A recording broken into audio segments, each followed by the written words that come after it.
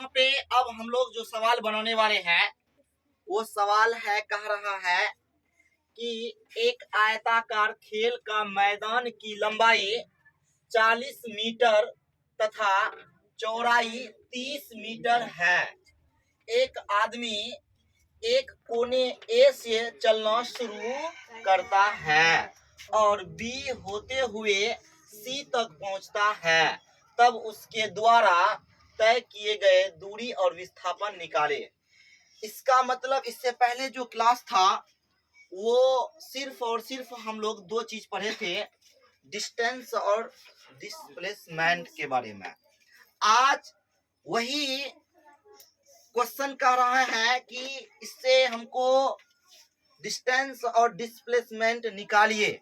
कल बताए थे क्या था, बहुत ही अच्छा तरह से बताया कि डिस्टेंस जो है वो किसी वस्तु द्वारा तय की गई रास्ते की कुल लंबाई को हम लोग दूरी बोलते हैं, और विस्थापन क्या होते हैं, कहता है किसी वस्तु द्वारा तय की गई न्यूनतम लंबाई, क्या होता है, न्यूनतम लंबाई को ही हम लोग क्या बोलते हैं, विस्थापन बोलते हैं। समझे?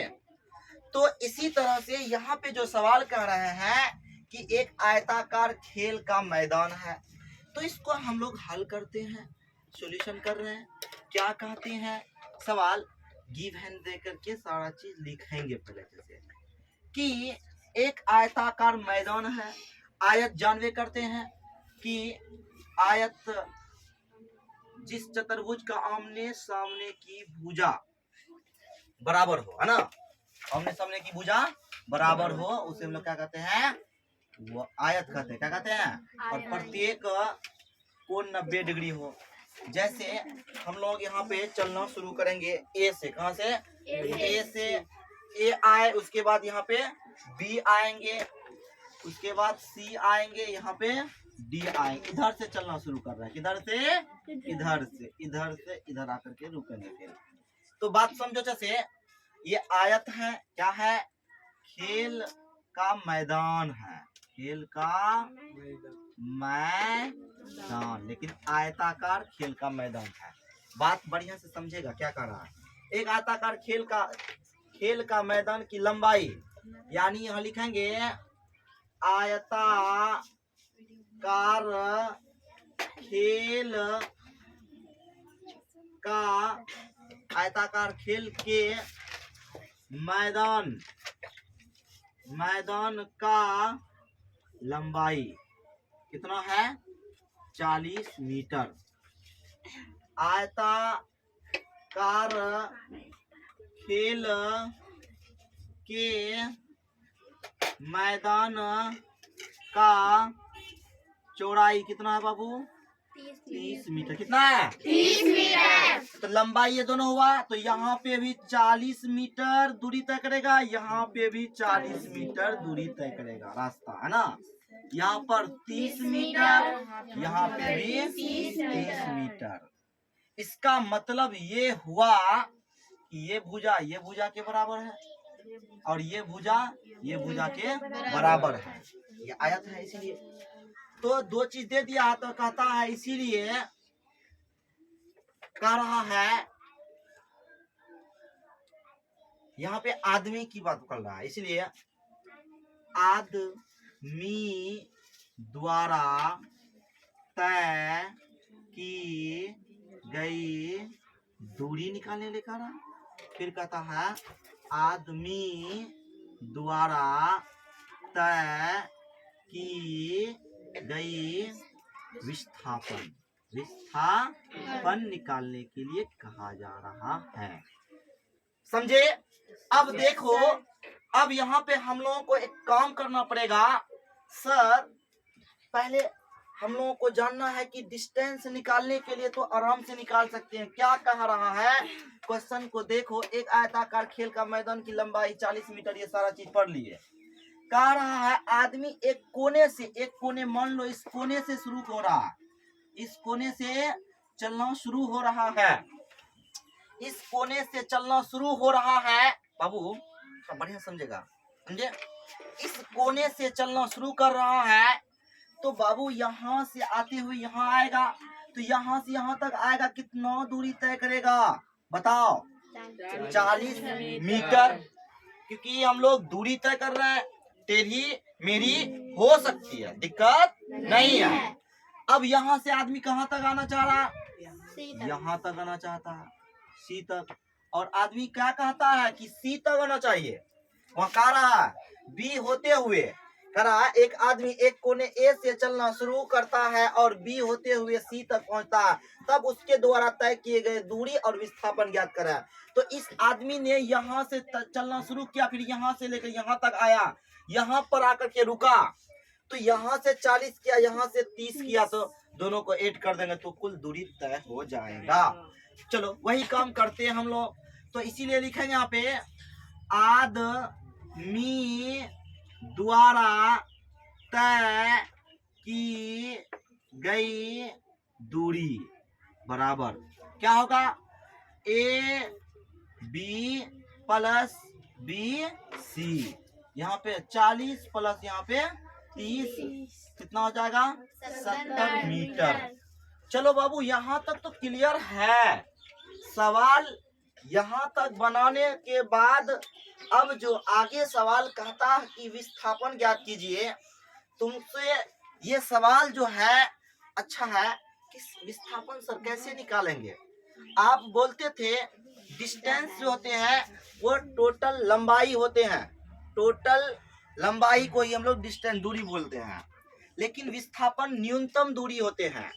अब ये आदमी इधर चल करके नहीं आएगा, जैसे यहाँ पे चल के आया ऐसे नहीं आएगा, क्योंकि टेढ़ी मेढ़ी जो होती है रेखा, टेढ़ी मेढ़ी जो दूरी लंबाई होते हैं वो विस्थापन नहीं होते हैं। विस्थापन तय करने के लिए उसको डायरेक्ट जाना पड़ेगा सी, यहाँ से यहाँ तक आना पड़ेगा। तो देखो यहाँ से यहाँ तक आना पड़ेगा, तो ये क्या करेगा? ये कुछ करेगा, ये कुछ करेगा। तो इसको 2 बराबर भागों में बांटेगा बटा। तो यहाँ से यहाँ तक सी तक दूरी तय करना है, अरे यहाँ से यहाँ तक दूरी तय करना है, यानी विस्थापन बन जाएगा। वो न्यूनतम दूरी को ही हम लोग क्या, न्यूनतम लंबाई को ही क्या बोलते हैं? विस्थापन बोलते हैं। तो अब यहाँ से यहाँ तक विस्थापन तय करना है, इसीलिए लिखेंगे यहाँ पर आदमी द्वारा, देखो रे, आदमी द्वारा तय की गई विस्थापन, डिस्प्लेसमेंट निकालना है। तो एक काम करो, ये क्या है? AC निकाल रहा है, समझे? AC निकाल रहा है।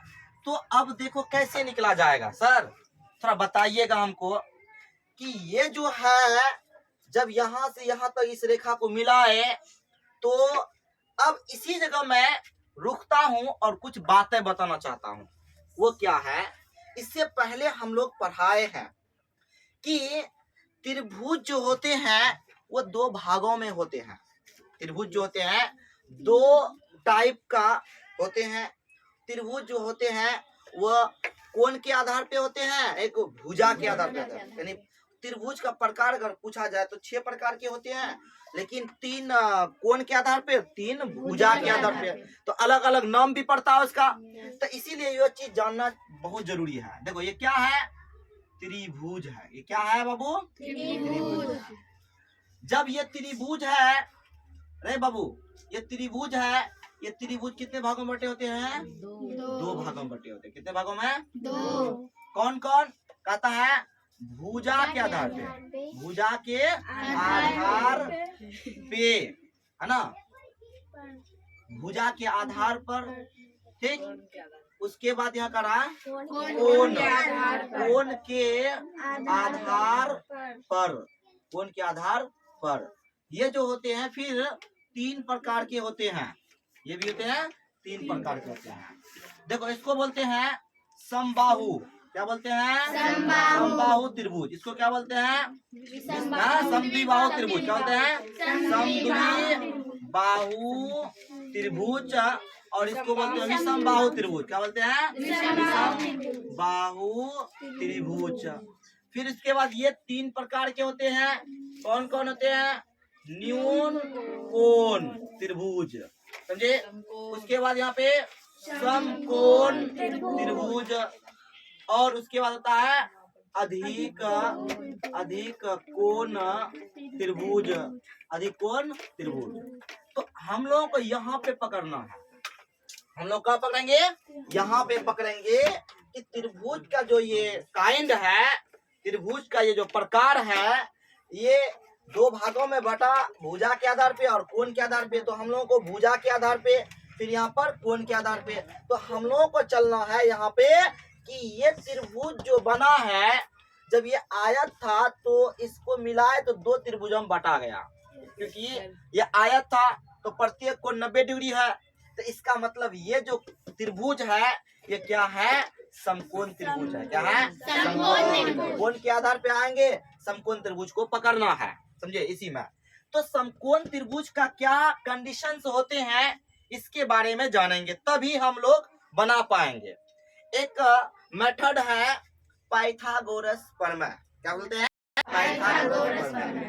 ये पाइथागोरस प्रमेय कुछ बातें है, कुछ दिए हैं, कह रहे थे कि त्रिभुज के 3 भुजा होते हैं, उन 3 भुजाओं में से सबसे बड़ी भुजा जो होते हैं उसका वर्ग अन्य 2 भुजाओं के वर्ग के योग के बराबर होते हैं। यही बात कौन कहा, पाइथागोरस प्रमेय ने कहा। तो यही बातें से एक वो फॉर्मूला दिया कि सर अगर सबसे बड़ी भुजा निकालेंगे तो कौन सी फॉर्मूला आएंगे। अब देखो कौन सा फॉर्मूला आएंगे, तो यहाँ पर देखो कहा था, इसको बता देता हूँ मैं। ये समकोण त्रिभुज है, ये क्या है, समकोण त्रिभुज है। तो यहाँ पर 90 डिग्री है, यहाँ पर ए मान लो, यहाँ पे बी मान लो, यहाँ पर सी मान लो। तो ये जो होता है ये लंब है, क्या है, लंब है। ये आधार है, ये कर्व भुजा निकल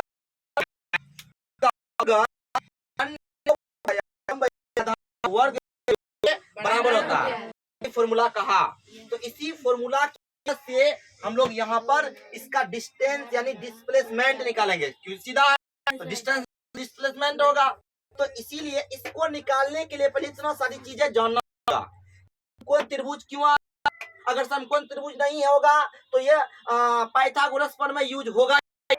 तो पाइथागोरस प्रमेय यूज करने के लिए तुमको क्या चाहिए, मतलब 90 डिग्री होना चाहिए, समकोण होना चाहिए, तभी उसमें यूज हो सकता है। तो ये सारी चीजें बताते हैं, ये मिटा देते हैं, उसके बाद आगे यहाँ पर काम कर रहे हैं, मिटा देते हैं। तो डायरेक्ट आप फॉर्मूला लगा करके हम लोग बना सकते हैं, समझे। यानी फॉर्मूला क्या आया देखो अच्छे से, यानी ये